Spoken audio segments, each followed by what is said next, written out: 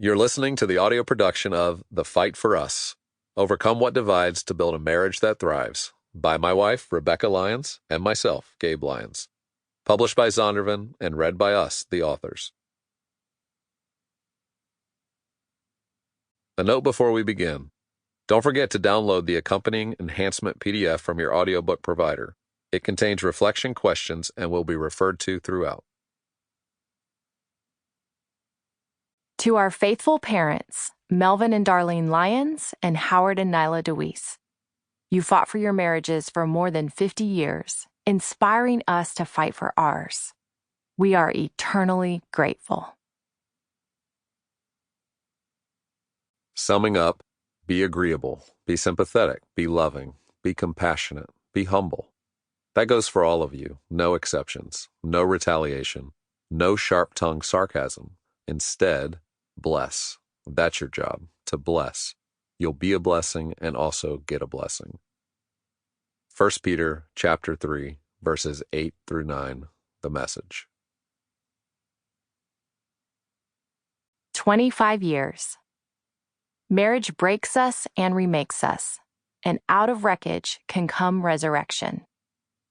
Ann Boskamp. I take you to be my husband, to have and to hold from this day forward, for better, for worse, for richer, for poorer, in sickness and in health, to love and to cherish, till death do us part, according to God's holy law. In the presence of God, I make this vow. It had been a struggle, but we'd done it. For better, for worse, for richer, for poorer, in sickness and in health, Gabe and I had loved and cherished each other. And we made it to the quarter-century milestone. Some years we crawled, some years we danced, every year we argued. And yet here we were, thrilled and grateful that throughout the highs and lows and in-betweens, God in His mercy held us together. Now it was time to celebrate. For a couple years, we'd been planning our 25th anniversary trip to Scotland, the origin of the Lyons family heritage. We'd saved airline miles and booked flights and hotels. We would begin in Edinburgh, make our way through the countryside, and end in St. Andrews, widely regarded as the birthplace of golf. Gabe and I loved to golf, and this felt like a dream. We were going to travel in late September, the most hectic season of work travel, but an ideal time for lining up childcare. We wanted Kate and Joy, our 2 children with Down syndrome, to have the structure of school to make the time go quicker so they wouldn't miss us so much. Beyond that, I didn't have a second to think further about the trip until I began packing. The weekend prior to our departure, I buzzed around the house in a frenzy, my usual mode before leaving the kids, stocking the fridge with simple meals and stocking their drawers with clean laundry.